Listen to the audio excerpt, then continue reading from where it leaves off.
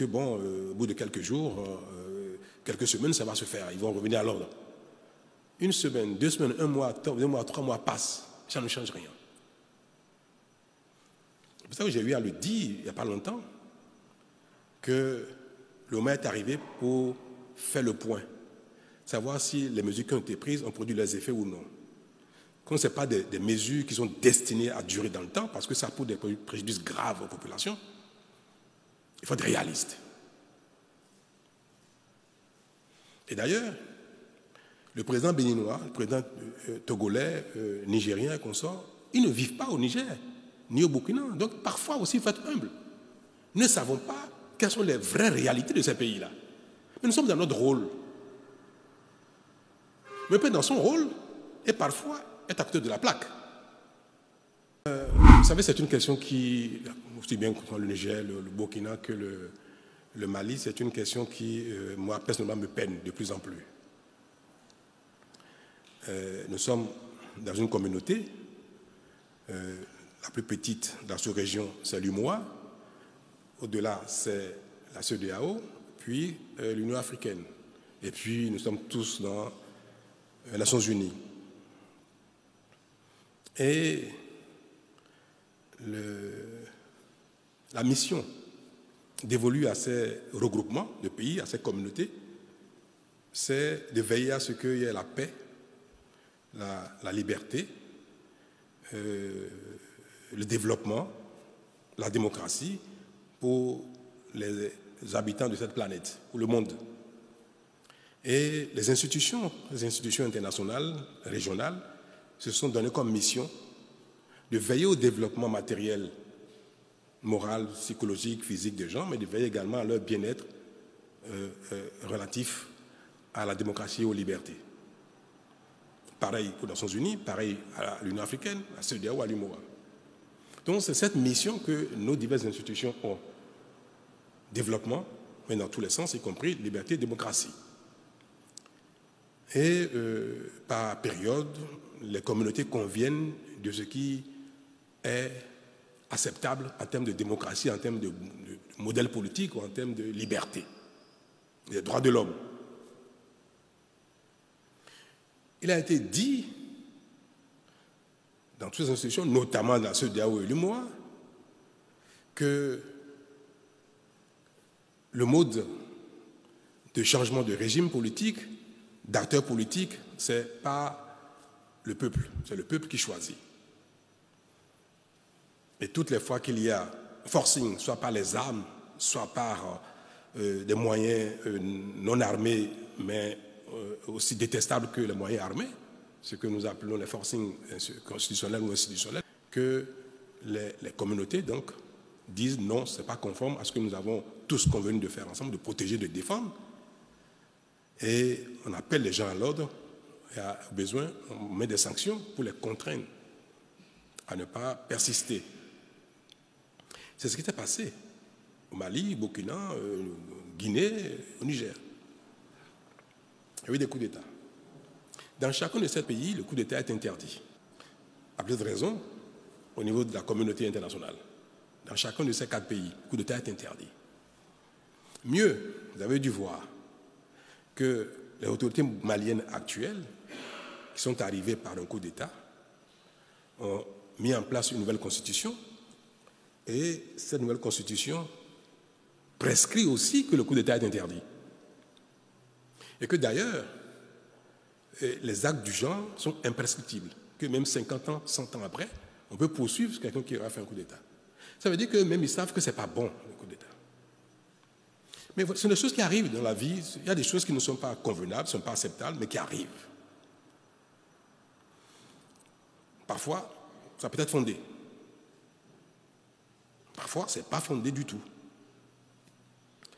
Alors, c'est arrivé 1 fois, 2 fois, 3 fois, puis une 4e fois au Niger. Et la CEDEAO qui dit, même si les coups d'État sont arrivés 1, 2 fois, 3 fois, bon, on parle avec les gens, on dit ne faites plus ça, on vous donne un délai pour partir, et puis on essaie de jouer, la CEDEAO essaie de jouer son rôle, notamment la conférence des chefs d'État essaie de jouer son rôle pour montrer que si ça se fait, c'est pas bien, mais il ne faut pas que ça continue. Pour que ça ne devienne pas l'exercice de tout le monde, que ça ne contamine pas les autres pays.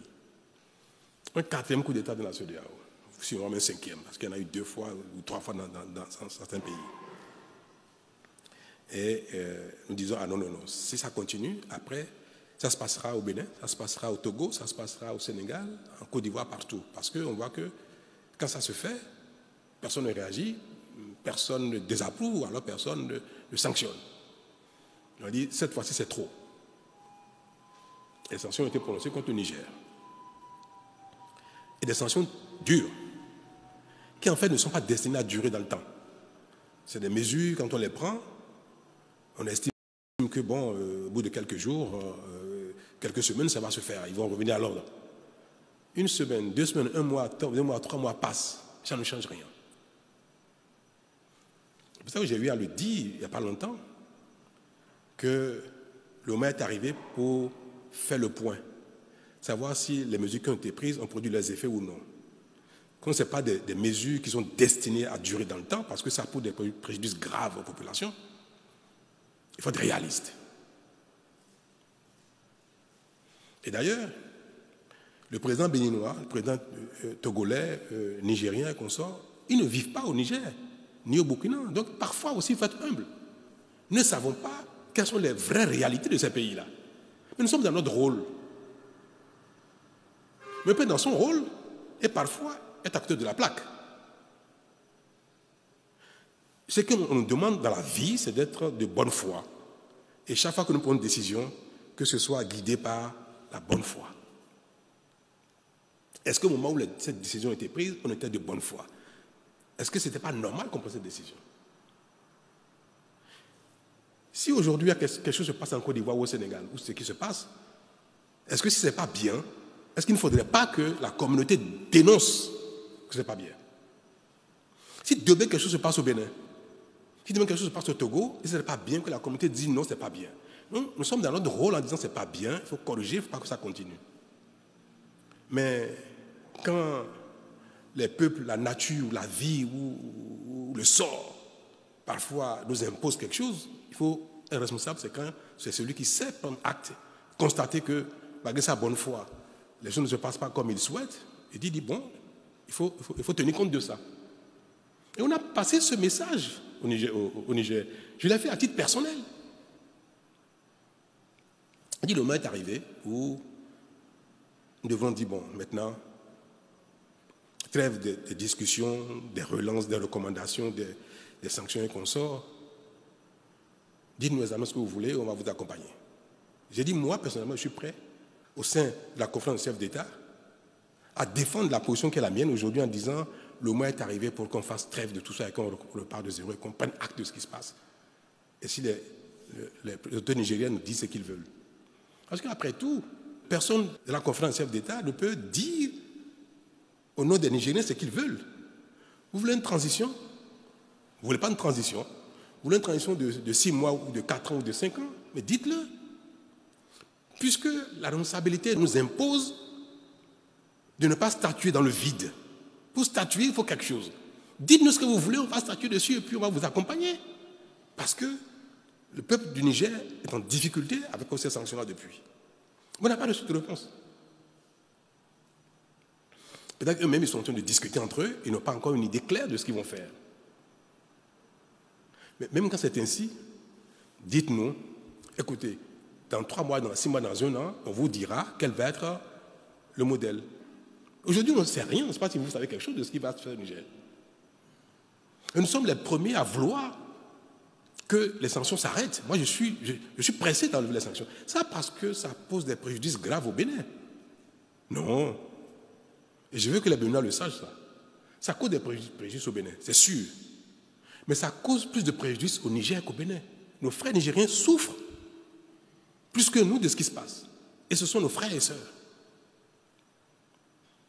Donc il est temps pour nous de lever ces mesures-là, qui n'étaient pas destinées à durer.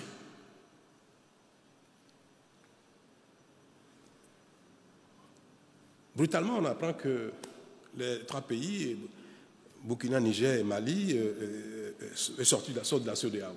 Moi, cela m'a beaucoup peiné. Et même après cette décision, j'ai personnellement téléphoné à l'un d'entre eux. J'ai parlé au téléphone avec un des 3 présidents. À un moment donné, il faut tout dire. Et je lui ai dit, c'est pas bien. Les peuples ne nous ont pas élus pour les diviser. Moi, j'ai été élu au Bénin. Vous, vous êtes en fonction depuis dans votre pays. Et notre rôle, c'est de conduire le destin pendant un temps de la communauté globale, de la CEDEAO, de l'UMOA, pendant un temps. Mais la volonté des peuples, c'est de s'intégrer. Il n'y a pas de conflit entre le peuple du Bénin et le peuple du Niger. Il n'y a pas de conflit entre le peuple du Bénin et le peuple du Burkina ni du Mali. Et c'est vrai, il n'y a aucun problème entre les peuples de la communauté, l'UMOA de la CEDEAO. Aucun problème. C'est au niveau des organes de la CEDEAO. La CEDEAO des peuples n'est pas en difficulté. Il n'y a aucun problème dans la CEDEAO des peuples. C'est au niveau de la conférence des chefs d'État, au niveau de la commission de la CEDEAO aussi bien de l'UMOA qu'il y a un problème. Parce que ceux-là sont en charge de veiller au respect des règles par notamment les autorités de ces pays-là. La conférence des chefs d'État de l'UMOA, de la CEDEAO, le conseil des ministres de la CEDEAO de l'UMOA, la commission de la CEDEAO, la commission de l'UMOA sont en charge de veiller au respect des règles par les autorités de ces pays-là. Et personne n'a dit que le peuple burkinabé, nigérien ou malien ou guinéen a fait quelque chose de contraire aux règles. Non. C'est au niveau des responsables. Donc, s'il y a un problème au niveau des responsables, et que leurs homologues, leurs pairs, ont constaté, on dit non, c'est pas bien, c'est pas conforme aux règles. Ne faites plus ça.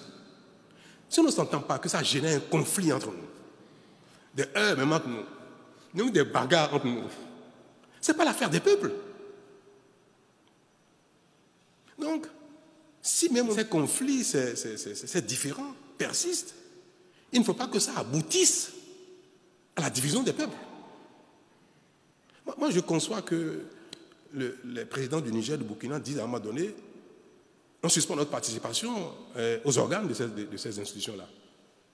Ça se comprendrait. Mais dire que je veux détacher le peuple burkinabé, malien, nigérien du peuple béninois, togolais, sénégalais, qu'on soit, le problème, c'est pas entre les peuples. Or, ces décisions qu'ils ont prises sont des décisions qui séparent les peuples. Et ça, c'est pas normal. Et c'est pour ça que moi, celui à qui j'ai parlé, j'ai dit, ça allait trop loin. Nous allons trop loin là. Il faut qu'on se revoie et qu'on dise, bon allez, quoi qu'il se passe, quel que soit ce qui s'est passé à la terre, on arrête tout et puis on préserve l'essentiel qui est la communauté des peuples. Ce qui est reproché aux uns aux autres, ce qui se fait, les sanctions, tout ce qui se passe, est mineur par rapport à l'intérêt des peuples, à la communauté des peuples, c'est mineur. Donc il faut regarder ce qui est important, ce qui est majeur, à un moment donné, et laisser tomber ce qui n'est pas plus important que l'intérêt des peuples. Donc ma position aujourd'hui, et si j'ai l'occasion de l'exprimer au sein de la conférence des chefs d'État, je le dirai, c'est qu'il faut tout laisser tomber. Que veulent les Maliens? C'est OK. Que veulent les Burkinabés? C'est OK. Que veulent les Nigériens? C'est OK pour que cette décision de séparer les peuples n'aille pas plus loin que l'intention ou que la déclaration. On peut le dire, revenir. Moi, c'est ma position, c'est mon souhait, et c'est ce que je dirais haut et fort partout. Dire que pour arriver à la division des peuples, s'il faut arriver à la division des peuples, alors là, non. Donc ça va bien au-delà du cas du Niger, ça concerne tous les 3 pays qui aujourd'hui, je ne dis pas les pays, les responsables des pays qui sont en mal avec les responsables des autres membres de ces organes-là, parce que ce n'est pas contre les peuples qu'ils ont un problème, c'est entre nous.